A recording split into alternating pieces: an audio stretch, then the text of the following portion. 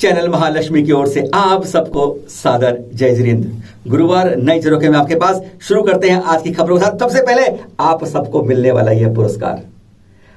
1 लाख से ज्यादा लोगों ने एक छोटे से जैन न्यूज चैनल को अपने दिलों में बसाया और यूट्यूब से यह दुलार पाया है। वैसे कहते हैं चैनल महालक्ष्मी का घूंघट उठाकर देखने वाले तो इस समय 6.5 लाख से ज्यादा लोग हैं, पर दिल के अंदर बिठाने वाले 1,07,000 के लगभग लोग पहुंच रहे हैं आज की तारीख में। और आप लोगों से यह मिला है। आसान नहीं है किसी भी जैन न्यूज के रूप पर कोई चैनल चलाना।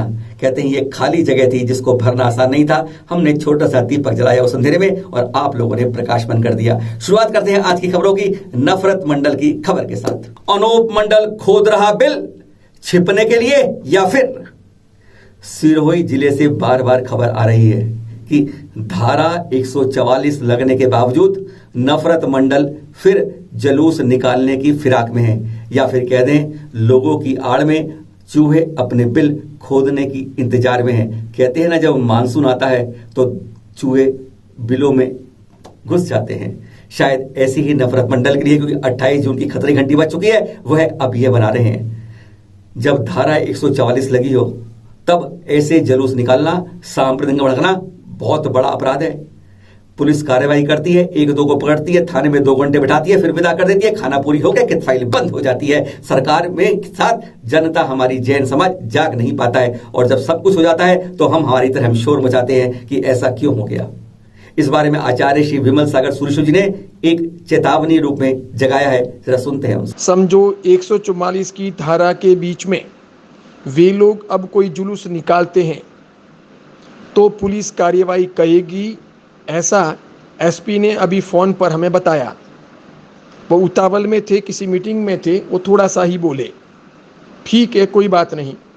सिरोही संघ के लोगों ने भी एसपी से या डीवाईएसपी से बात की होगी, लेकिन अगर जुलूस निकलता है और पुलिस कार्यवाही करती है और जैन समाज अगर सावधान नहीं रहता है, जागृत नहीं रहता है, तो कार्यवाही में भी लीपापोती हो सकती है।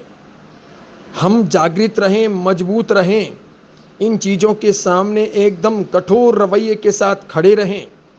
प्रतिपक्ष जब मजबूत होता है तो पुलिस भी सोच समझकर मजबूत कार्यवाही करती है, वरना सब आया राम गया राम हो जाता है। मेरी बात तो ये है कि जुलूस न निकलें।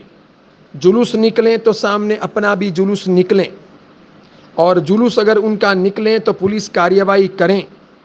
कार्यवाही में लीपापोती ना करें, खाली 2 लोगों को पकड़ करके अंदर बिठाएं और घंटे भर में रिलीज ना कर दें। कार्यवाही करें तो कठोर दंडात्मक कार्यवाही करें ताकि उनको सबक मिले, क्योंकि वे गालियां दें, जुलूस निकालें, अपमानजनक बोलें, जिन शासन मुर्दाबाद के नारे लगाएं और हम उसके बाद में सोचें कि ओहो जुलूस निकल गया, अब क्या करें, इन लोगों ने ऐसा कर दिया, कार्यवाही होनी चाहिए। फिर हम कहें कि पुलिस ने कार्यवाही की, 2 लोगों को गिरफ्तार किया है, अंदर की बात पता ही नहीं हो कि उनको गिरफ्तार करके 2-4 लोगों को और 2-4 घंटों में छोड़ भी दिया है। अंतर्राष्ट्रीय योग दिवस के कारण 21 जून में अपने रूप में पूरी तरह व्यस्त हैं लोकेश मुनि जी, जिन्होंने तुरंत नफरत मंडल की चुनौती को स्वीकार किया। अगर वह दिल्ली में नहीं आना चाहता, उसके घर के मैदान में ही पहुंचेंगे। और उन्होंने फिर चेतावनी दे दी है, अपने बिलों में छुपने के बहाने मत करना।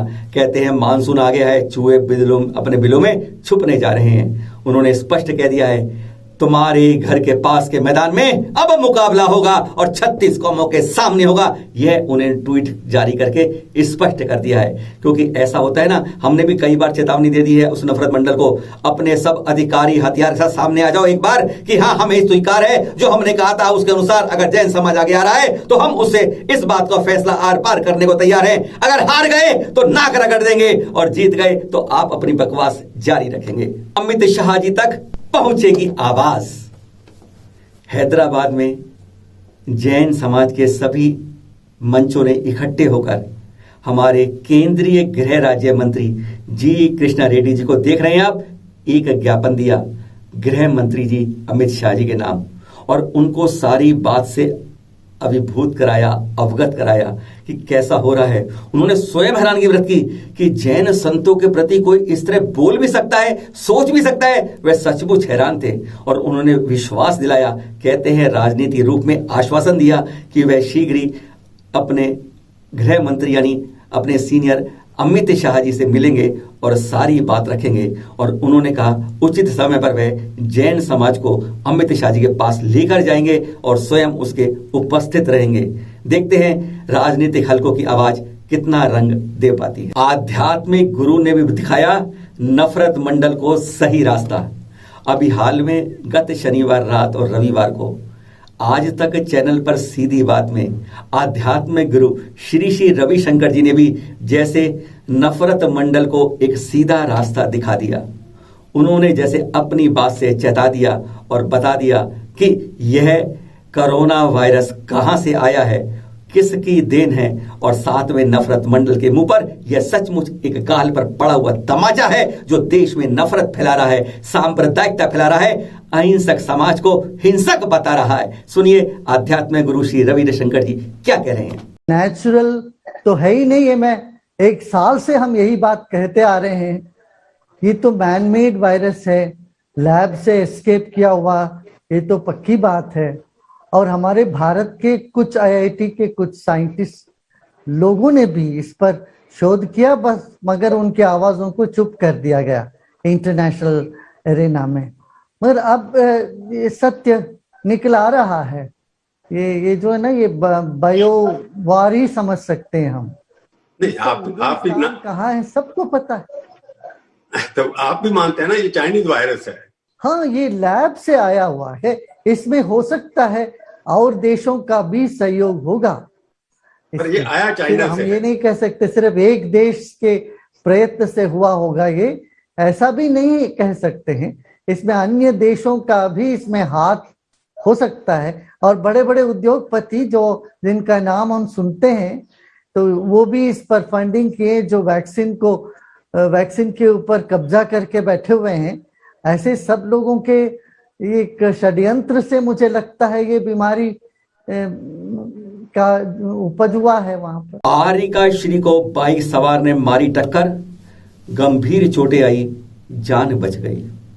घटना हम 14 जून के शाम की बता रहे हैं, जब आरिका श्री गरिमा माताजी, आरिका श्री संभव माताजी, आरिका श्री सुयश माताजी का विहार हो रहा था बस टोरी से दिगोड़ा की ओर।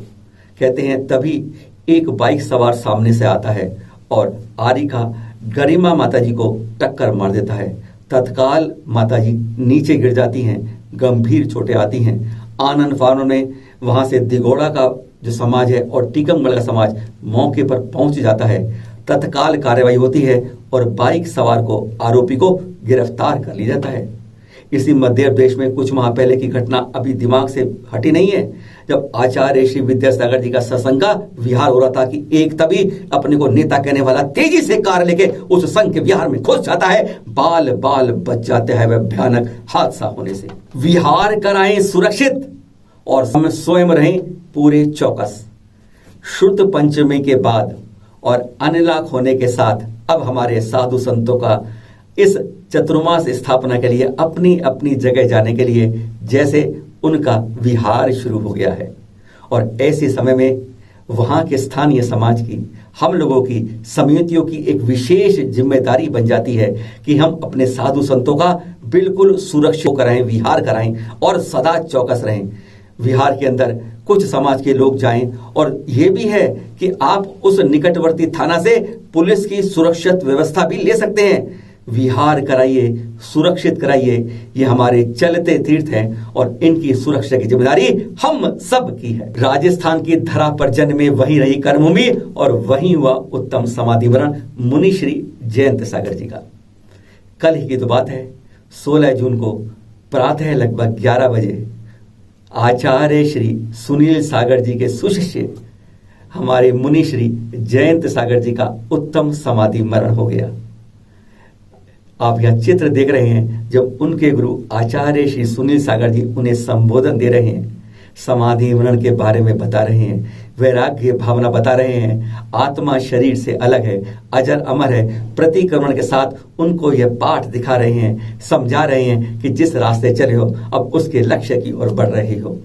इनका मुनि श्री जयंत सागर जी का जन्म इसी धरा पर हुआ था 24 नवंबर 1941 में, और फिर इन्होंने शुल्लक दीक्षा ली 23 अक्टूबर 2015 को इसी राजस्थान के प्रतापगढ़ में आचार्य श्री से, और फिर अब इसी जून माह के अंदर उन्हें मुनि दीक्षा प्राप्त की आचार्य श्री सुनील सागर जी ने। और फिर देखिए आप, इस तरह उन्होंने कल अपना उत्तम समाधि मरण का लक्ष्य प्राप्त किया।